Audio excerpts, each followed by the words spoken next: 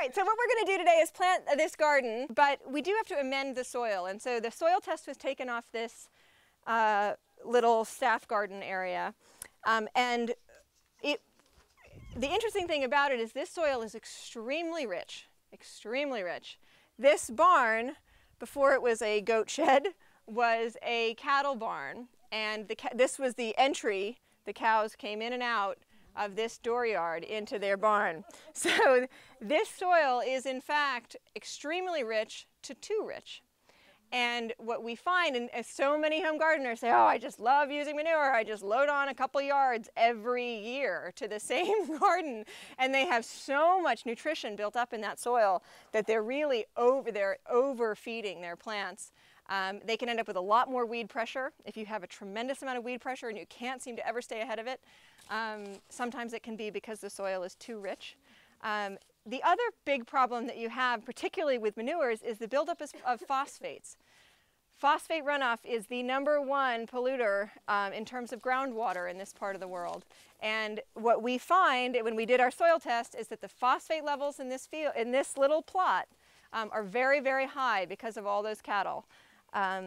And all of those, I mean 4 or 5. But the same thing can happen if you get your soil test back and you see that the phosphate level is elevated. It can be because of manure application or because of 10-10-10, the sort of conventional fertilizer. The first 10 and the first number in that is for nitrogen. The second is for phosphorus, and the third is for potassium. The plants will use up the nitrogen and the potassium in the course of a season, but that phosphorus takes forever to get out of soil. And so it will just, as you keep applying that fertilizer, it will just build up and build up and build up. The only way you can get rid of phosphates or phosphorus in soil is to grow plants. This is an organic amendment called green sand. For 4 beds, or for 3 beds rather, which we're going to work on today, this is about all the green sand you would need, about 1.5 pounds per garden. And green sand is basically fixed from the ocean floor. It's mined off the ocean floor, and it's a mix of a lot of different minerals, but particularly high in potassium. The little tiny micronutrients, again, that we will find in green sand will translate to the mineralization of the soil and the nutritional density of the crop that you grow. So green sand is a pretty good conditioner if your soil needs potassium. If your soil doesn't need potassium, don't put it on. So what we're going to do is we're just going to mix these in the beds. A little bit of green sand. I've weighed it all out. The little bag will tell you how much you need.